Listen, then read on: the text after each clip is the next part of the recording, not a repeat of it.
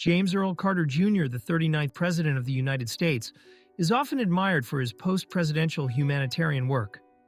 However, his time in office, 1977 to 1981, is widely considered a failure, marked by economic instability, ineffective foreign policy, and weak leadership. Despite his personal integrity and focus on human rights, Carter's presidency struggled to address the key issues of the time, leading to national dissatisfaction and his electoral defeat in 1980. Carter's presidency was plagued by stagflation, a combination of high inflation, high unemployment, and stagnant economic growth. By 1980, inflation had reached 13.5%, and unemployment exceeded 7%. Carter's response was largely ineffective.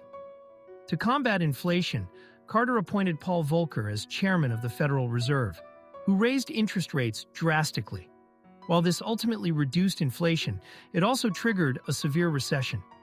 Unemployment rose, and the economy entered a prolonged downturn, undermining public confidence in Carter's economic stewardship. Additionally, Carter's energy policies failed to resolve the 1979 energy crisis caused by the Iranian Revolution. His push for conservation and alternative energy sources lacked immediate impact, and the country continued to face gas shortages and long lines at filling stations, deepening economic discontent. Carter's foreign policy was marked by idealism, but often lacked practical effectiveness. His focus on human rights was noble, but often impractical in the geopolitical context of the Cold War. The Iran hostage crisis of 1979 was a major disaster for Carter. Iranian militants seized the U.S. Embassy in Tehran and held 52 Americans hostage for 444 days. Carter's inability to secure their release, coupled with a failed rescue attempt in April 1980, damaged his credibility. The hostages were freed only after Carter left office, and the crisis remained a national humiliation. The Soviet invasion of Afghanistan in 1979 also exposed Carter's weakness in foreign affairs. While he imposed a grain embargo and led a U.S. boycott of the 1980 Moscow Olympics, these actions were largely symbolic and had little effect on Soviet aggression. The invasion marked the beginning of a prolonged conflict, further escalating the Cold War. Carter's response was seen as insufficient and reactive.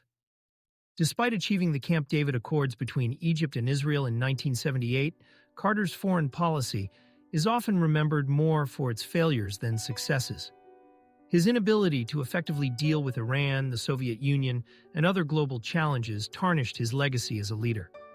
Carter's leadership style was another significant weakness. Though he campaigned on integrity and honesty, he struggled with the realities of governance.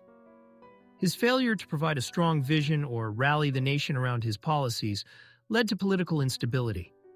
The Malaise speech in July 1979 exemplified his leadership struggles. In it, Carter suggested that the nation was suffering from a crisis of confidence, but offered little concrete direction.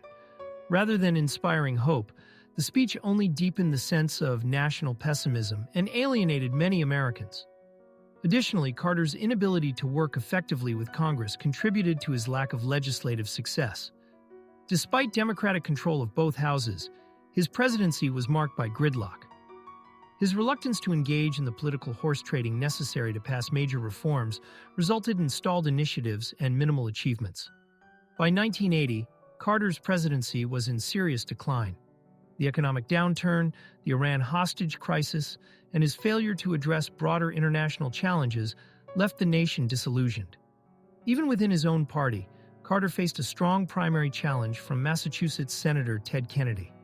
Although Carter won the nomination, the bitter contest left the Democratic Party divided.